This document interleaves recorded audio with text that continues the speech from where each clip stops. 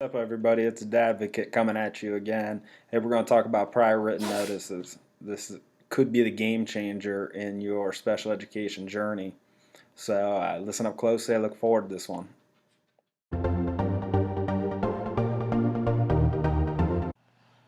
So there are 8 times when a public agency must provide you a prior written notice. The first one being when the public agency proposes to initiate or change identification of a student. So if the school or public agency is trying to change the disability category of your child.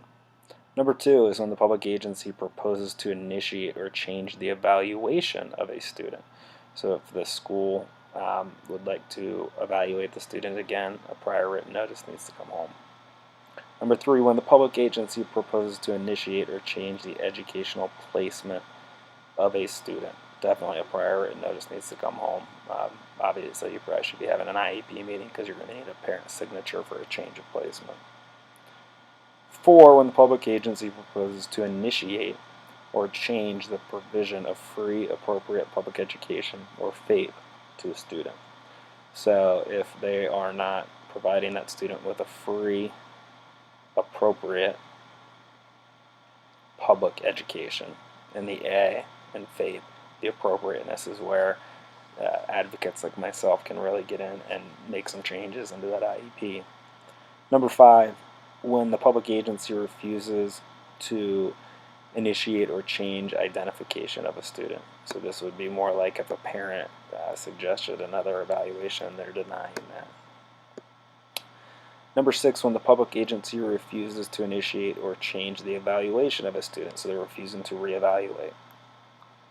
7, when the public agency or school refuses to initiate or change the educational placement of a student, so they're refusing to maybe pay for an alternate placement that the parent may feel is a better fit. 8, when the public agency refuses to initiate or change the provision of FAPE to a student.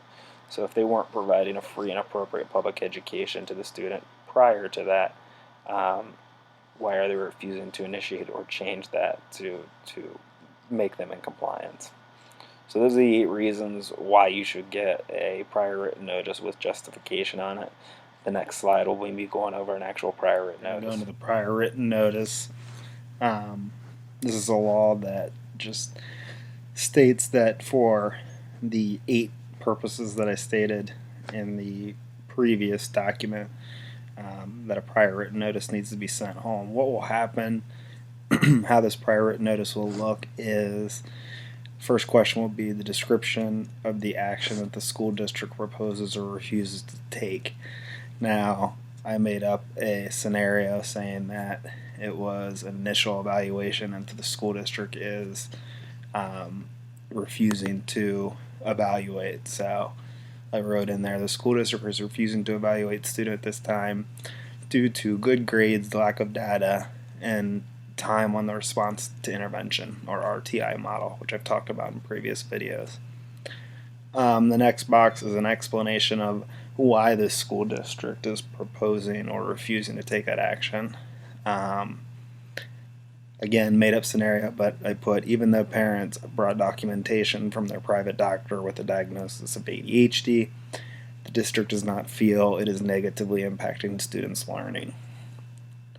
Descriptions of the evaluation procedure, assessment, record, or report the school district used in deciding to propose or refuse the action. I put classroom observations, anecdotal data from teachers, recommendations from outside provider.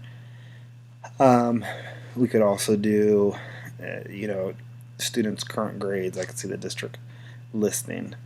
Description of any other choices that the IEP team considered and the reasons why those choices were rejected. I put none applicable at this time just to keep this simple. And then a description of other reasons why the school district proposed or refused the action. I put here, because you see this a lot, the district would like to collect further data using the RTI process, also having teachers monitor students for the next couple of weeks. Resources for the parents to contact for help understanding Part B of IDEA. as a joke, I put my contact information in there. Call Chad Abraham at Abraham Advocacy. There's my phone number and email address. But now, make sure that you're reading over your parental rights and procedural safeguards. That handout that they have to give you after every IEP meeting is pretty important. Does a nice job summarizing your rights and how you're protected and how your student is protected as well. So, going on to the last one, if this notice is not an initial referral for evaluation, how the parent can obtain a copy of a description of the procedural safeguards. This is what I just talked about. I said the district provided a copy of the parental rights and procedural safeguards at the suspected disability meeting. One thing to keep in mind that this is going to be the school district's documentation of what took place at the meeting. Now, if there's things that are left out, let's say how they wanted to give more time on the RTI process. Working with my clients, I would make another statement.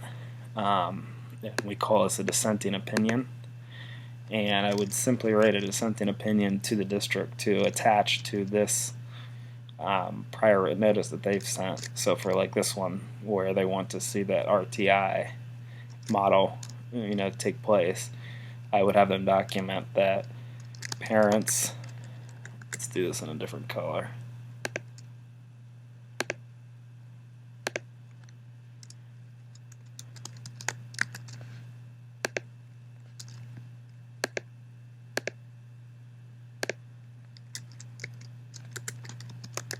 Parents are in disagreement with the school district and formally